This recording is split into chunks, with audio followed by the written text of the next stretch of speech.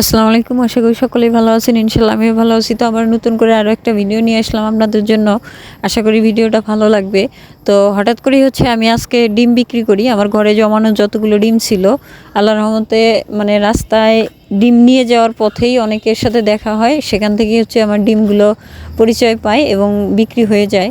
তো যাই হোক, আলহামদুলিল্লাহ আস্তে আস্তে পরিচিত পাচ্ছে এবং মোটামুটি ভালো যে একটা ডিমের চাহিদা সেটাও ইনশাল্লাহ আমার এখানে হয়ে গেছে।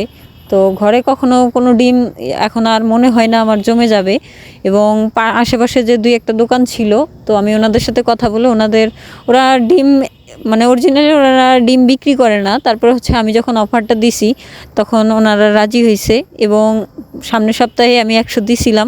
ওইটা ডিম বিক্রি করতে একটু কষ্টই হয়েছে, কিন্তু পরের সপ্তাহে যখন আমি ডিম দিছি মোটামুটি একটা ভালো সেল করতে পারছে উনি।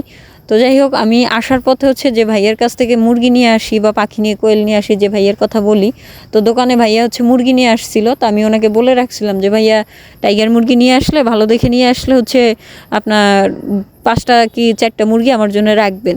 তো ভাইয়া কালকে আমাকে ফোন দিছিল, কালকে আমি যাইতে পারি নাই। আমার বাসায় একটা সমস্যার কারণে আমি যাইতে পারি নাই। তো যাই হোক, আমি আজকে গেছি। আজকে যাওয়ার পরে দেখলাম মুরগিগুলো আমার পছন্দ হয়। আর একটা কথা বলি, কিছু কিছু মানুষ আছে যেগুলো মানুষ যে ওনারা মনে করে থাকে যে ব্যবসা হয়তো 1 দিনের বা 2 দিনের। তো যাই হোক, ভাইয়া এর আগে যখন মুরগি নিয়ে আসছিল তখন আমি মুরগি দেখার পরে ভাইয়াকে বলছিলাম যে ভাইয়া আপনি মুরগি আনছেন কিন্তু আমাকে বলেন নাই কেন। তো ওই ভাইয়া বলছিল যে মুরগির কন্ডিশন খুবই খারাপ, এই জন্য আপনাকে কিছু বলি নেই আমি।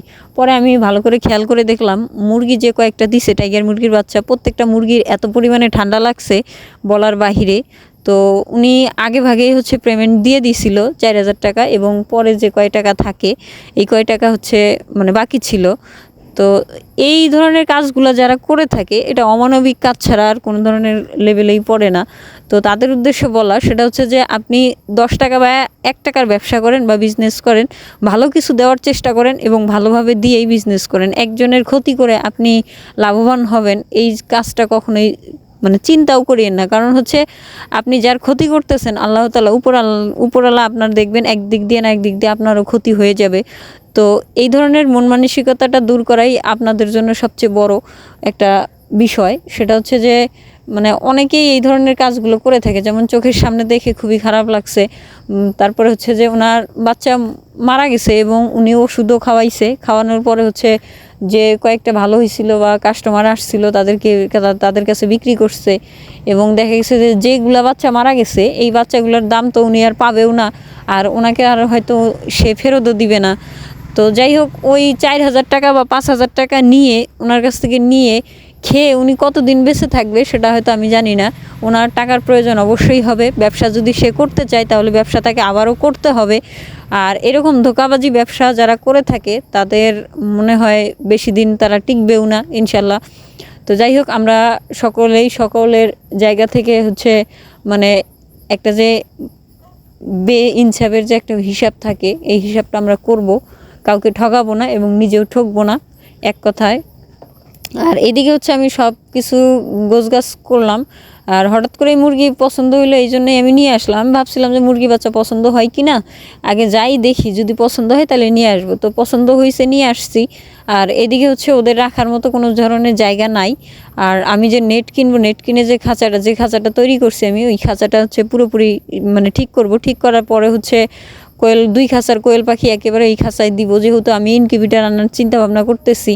তো ঘরের জায়গা বের করতে হবে। তো আপাতত আমি যে জায়গাটা দেখাইলাম আপনাদেরকে, এই জায়গাটাতেই রাখার চেষ্টা করতেছি। তো দেখা যাক, এইখানে থাক আপাতত 1 থেকে 2 দিন, তারপর এদের ব্যবস্থা করব। তো ওদের আনার পরে অনেকক্ষণ এই খাঁচাই রাখছিলাম। খাঁচাটা ভাইয়ের কাছ থেকে নিয়ে আসছি আসার সময়। তো এই খাঁচা দেওয়ার কথা ছিল, আমি যাইতে পারতেছি না, যার কারণে খাঁচাটাও দেওয়া হচ্ছে না। তো এরা অনেকক্ষণ আটকা থাকার পরে ওদের প্রচুর খিদা লাগছে। এবং আমার ঘরে আমার টিউশন করাই আমি, এটা আপনারা সবাই জানেন। প্রাইভেটের স্টুডেন্ট এসে বসে আছে, ওদেরকে বসে রেখেই আমার এই কাজটা করতে হলো, কারণ করার কিছুই নেই। হঠাৎ করে একটা জিনিস পছন্দ হয়ে গেছে, নিয়ে আসছি, এবং এটা রাখতে হবে, না রাখলে এরা তো খাবে, না হলে তো দেখা যাচ্ছে সমস্যা হয়ে যাবে। তো যাই হোক, আলহামদুলিল্লাহ। আর কবিতর এবং ফাউমি আর এই টাইগার একসাথে রাখাটা ঠিক হয় নাই, তারপরেও আমি রাখলাম, কারণ যে ঘরের জায়গা একেবারেই কম। এখন অনেকে প্রশ্ন করতে পারেন যে ঘরের জায়গা কম, তাহলে আপনি আনতেছেন কেন? কথা যে ভাই, আমার এই ঘরে ঘর ভাড়া দিতে হয়। আমার টার্গেট হচ্ছে যে এই ঘর থেকে যত দ্রুত সম্ভব বা যেভাবেই হোক আমার ভালো কিছু মানে বেশি পরিমাণে একটা টাকা বের করা দরকার। এখন হচ্ছে কি যে বেশি পরিমাণে টাকার উপর লোভ করতে গিয়ে যদি বাকি সব চলে যায়, না, আমি সেই ধরনের কাজ কখনোই করব না ইনশাল্লাহ। আর উপরওয়ালা যদি সহায় থাকেন তাহলে আমার মনে হয় না কোনো ধরনের কোনো সমস্যা হবে। আজ পর্যন্ত কখনো কোনো ধরনের হোঁচট খাই নেই কোনো জায়গায়। উপরওয়ালার কাছে চাই হোঁচট যেন না খাওয়া লাগে। তো সকলেই ভালো থাকবেন, সুস্থ